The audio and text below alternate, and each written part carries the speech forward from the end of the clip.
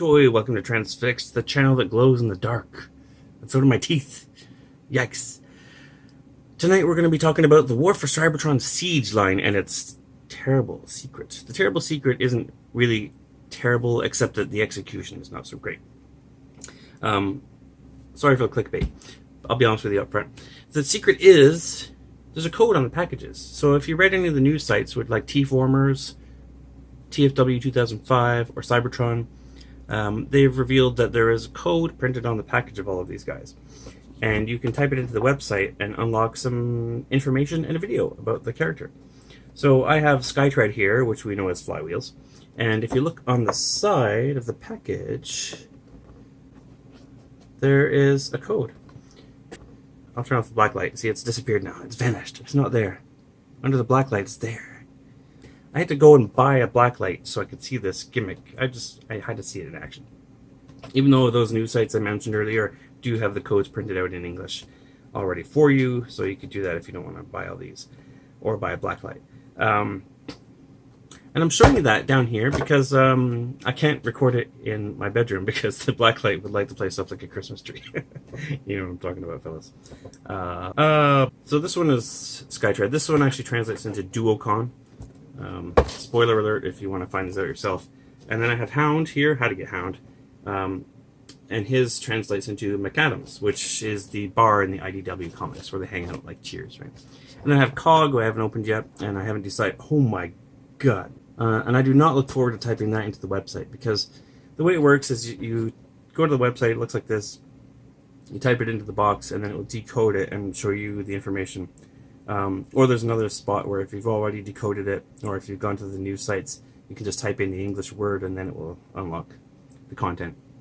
The problem is that if you make a mistake, you can't edit it. It just restores the form back to blank and you've got to type it all in again, which for something like this is going to be a nightmare.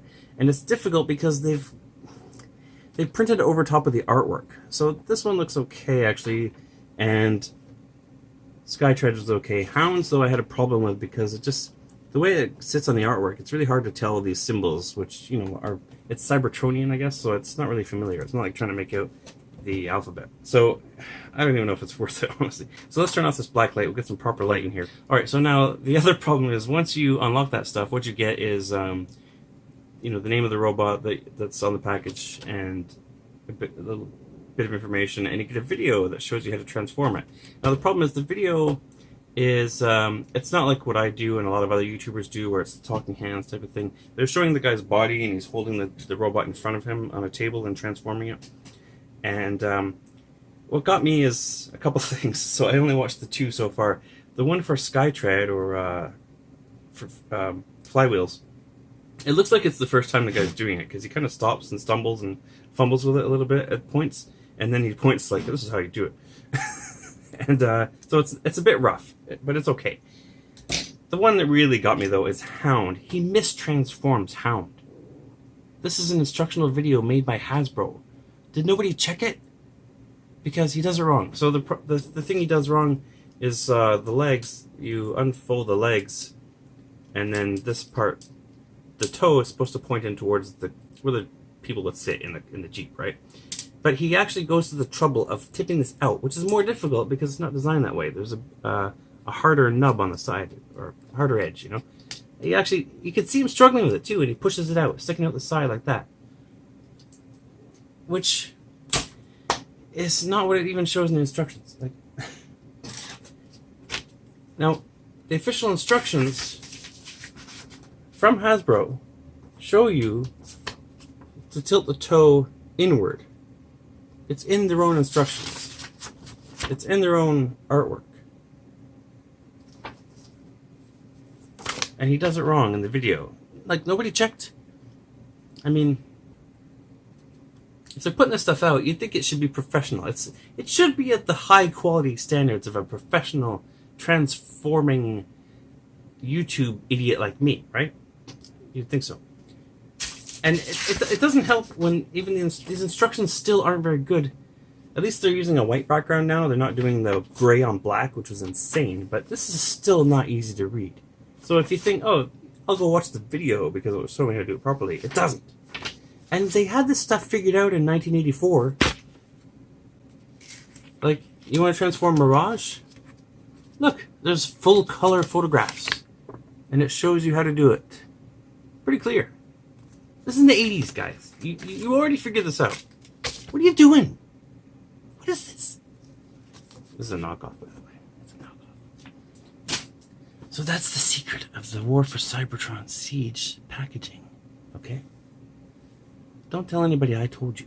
Now, this is a transfixed video, so let me show you a little fix here so you don't feel too ripped off. Flywheels is a great toy. The whole line actually is good. They're solid and sturdy, and people have been talking about how the joints are nice and solid because I guess people are down on ball joints. They don't really like the ball joints, but you got a lot of swivels, a lot of tight joints and stuff like that. The paint is great. I don't really care about ball joints personally, but the hinges are nice. The paint is what really impressed me because they're painting headlights and taillights again on the vehicles.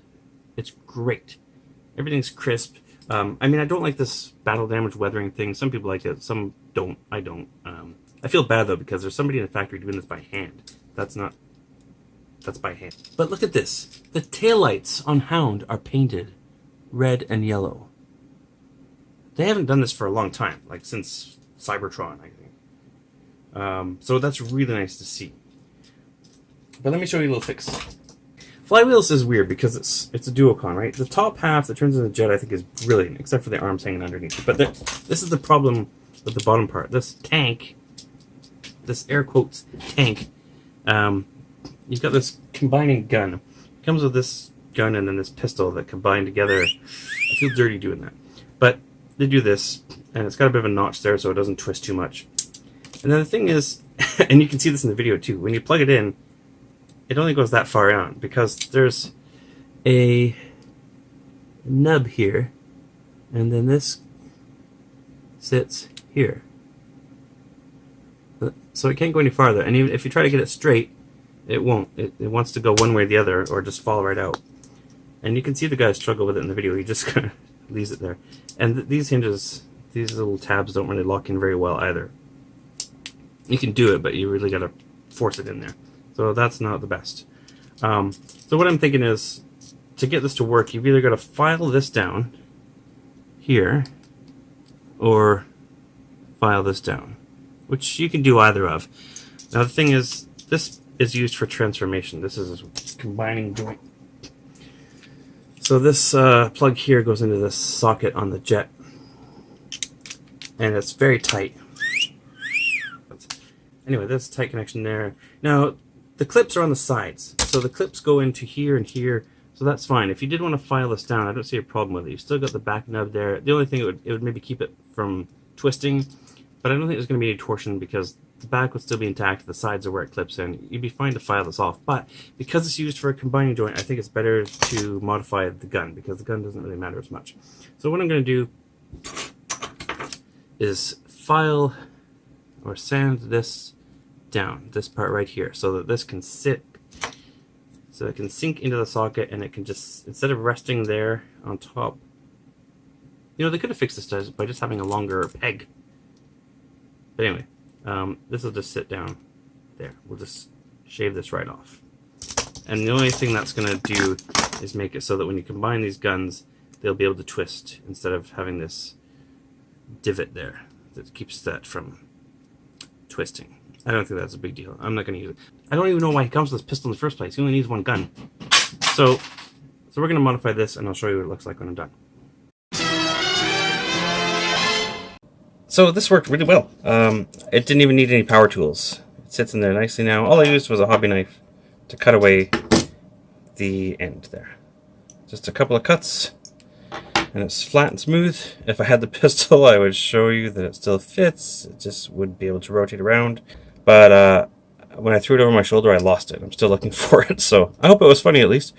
But this plugs in nicely now, all the way into the socket, and you can wiggle it back and forth a little bit.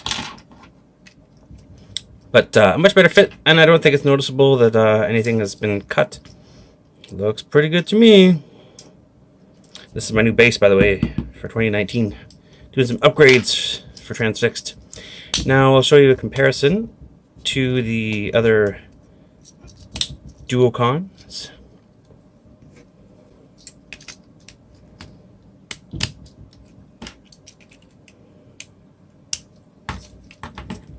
I like this figure. I think it looks great. So here he is next to Battle Trap, who I thought was much smaller, but I guess it's just because he's thinner and came in separate packages, right? This guy coming in one box and being a little thicker. I thought he was a bigger figure. But no, I think they're about right. The only problem is he didn't come with any weapons, so I'll give him this one. It came with Quake. Speaking of Quake, this is my custom flywheels that I was using until this guy came along.